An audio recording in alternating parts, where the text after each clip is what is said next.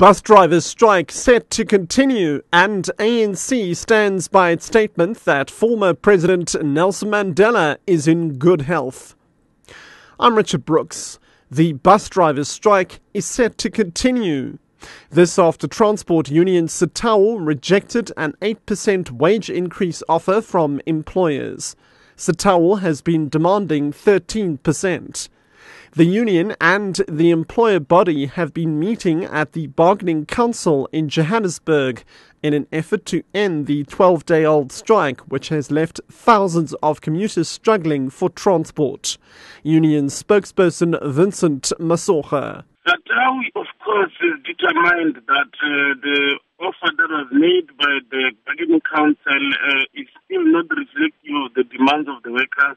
The offer is still reflective of the ideals and the preferences of the employer, and therefore still favors the employers on the basis that it does not even meet the double-digit mark received as a mandate from the workers.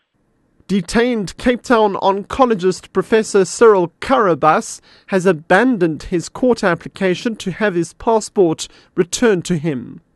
He says he will now wait for the UAE authorities to return it to him through the proper channels. This means that it might take some time before he returns home. He was expected to return today.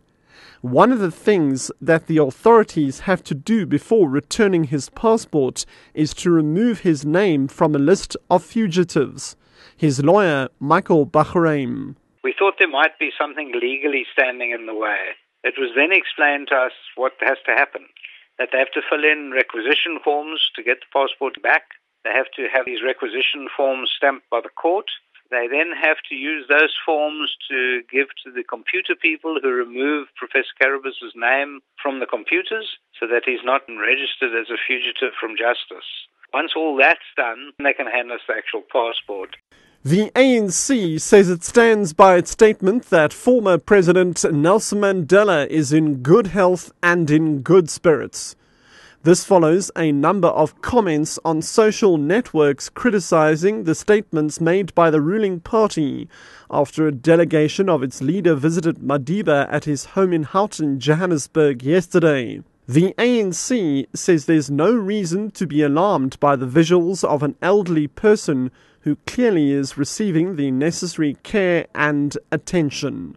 The party's spokesperson, Jackson Mtembu. There are few, no matter what inspires them, who have criticized us for bringing Madiba to their houses. The aim was to show Madiba as is. We never, as ANC said, Madiba was not owed. The International Relations Department has declined to comment on whether the Gupta family was given permission for a private plane to land at Waterkloof Air Force Base in Pretoria.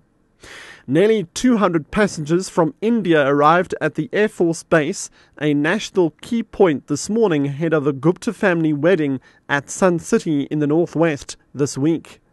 The family says the Indian High Commission had applied for permission for the plane to land at the base because the delegation included government ministers. It says the SANDF granted permission. The Defence Department says no permission was granted to any private citizen for a private plane to land at Waterkloof.